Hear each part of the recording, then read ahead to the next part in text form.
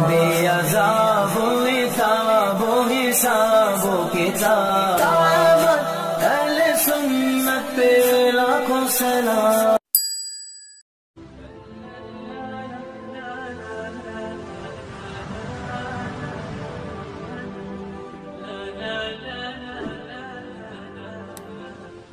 بسم اللہ الرحمن الرحیم۔ عید کی شاپنگ سے متعلق ہم نے اس سے پہلے آڈیو کے اندر مسلمانوں سے، مسلمان بھائیوں سے، خصوصاً بہنوں سے ہم نے دست بستہ ہاتھ جوڑ کر اللہ کا واسطہ دے کر درخواست کی تھی کہ اس حالات کے لاک ڈاؤن کے چلتے بالکل بھی مناسب نہیں ہے، ہرگز شاپنگ کرنی ہی نہیں چاہیے، اپنے پیسے اپنے پاس رکھیں، ضرورت کی کوئی چیز ہو تو صرف اسی کو لے، عید کی شاپنگ کے نام پر ہرگز پیسے نہ اڑائے۔ ایسی حالات میں پیسے جا کے دکان میں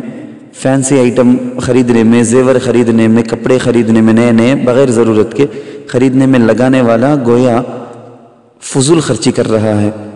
بیکار پیسوں کو اڑا رہا ہے۔ اس سے پہلے ہم نے کہا تھا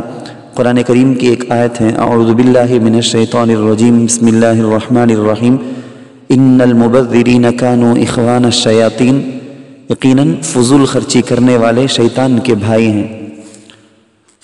اس سلسلے میں ہم واقعات کی روشنی میں آپ کو ایک حصے کے طور پر ہم آپ کو سنائیں گے، بات آپ سمجھنے کی کوشش کریں، آپ سمجھ جائیں تو دوسروں کو سمجھانے کی کوشش کریں۔ تاریخ کے اندر لکھا ہے، طبقات ابن سعد میں، حلیۃ الاولیاء لابی نعیم میں، سیر و اعلام النبلاء جیسی بڑی کتابوں کے اندر ایک واقعہ لکھا ہے کہ حضرت عمر رضی اللہ عنہ کو حضرت معاذ رضی اللہ عنہ سے بہت تعلق تھا۔ وہ فرماتے تھے کہ عجزت النساء ان یلدن مثل معاذ، عورتیں حضرت معاذ رضی اللہ عنہ جیسا شخص پیدا کرنے سے عاجز ہیں، اتنا اچھا آدمی کہ اس جیسا کوئی عورت اب آگے پیدا کرے مجھے ایسا نہیں لگتا، یہ کہتے تھے۔ ایک مرتبہ حضرت عمر رضی اللہ عنہ نے اپنے ایک غلام کو 400 دینار دے کر کہا کہ یہ ابو عبیدہ رضی اللہ عنہ کے پاس لے جاؤ، پھر تھوڑی دیر ان کے گھر میں ٹھہر کر دیکھو کہ وہ ان کا کیا کرتے ہیں۔ غلام وہ دینار لے کر حضرت ابو عبیدہ رضی اللہ عنہ کے پاس لے گیا۔ حضرت ابو عبیدہ رضی اللہ عنہ نے دینار لے کر حضرت عمر رضی اللہ عنہ کو دعائیں دی کہ اللہ تعالیٰ ان کو اس کا صلہ دے اور ان پر رحم فرمائے۔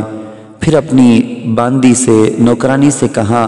کہ یہ 7 دینار فلاں کے پاس لے جاؤ،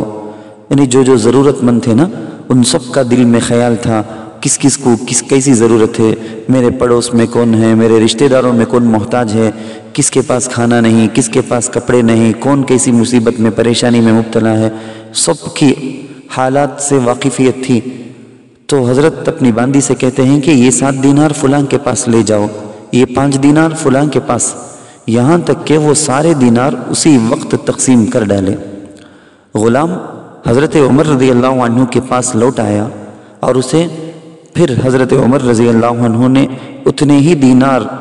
دوبارہ دیے کہ اب معاذ بن جبل رضی اللہ عنہ کے پاس لے جاؤ، اور اسی طرح دیکھو کہ وہ کیا کرتے ہیں۔ وہ حضرت معاذ رضی اللہ عنہ کے پاس پہنچا تو انہوں نے بھی وہی معاملہ کیا۔ جب سارے دینار ختم ہونے لگے تو اندر سے ان کی اہلیہ، ان کی بیوی نے آواز دی کہ ہم بھی نادار ہیں، ہم بھی ضرورت مند ہیں، ہمارے گھر میں بھی کچھ نہیں، کچھ ہمیں بھی دے دیجئے۔ اس وقت تھیلی میں صرف 2 دینار باقی تھے۔ حضرت معاذ رضی اللہ عنہ نے وہ دینار اہلیہ کی طرف دیے، اہلیہ کی طرف آگے بڑھایا۔ غلام نے لوٹ کر حضرت عمر رضی اللہ عنہ کو یہ واقعہ بتایا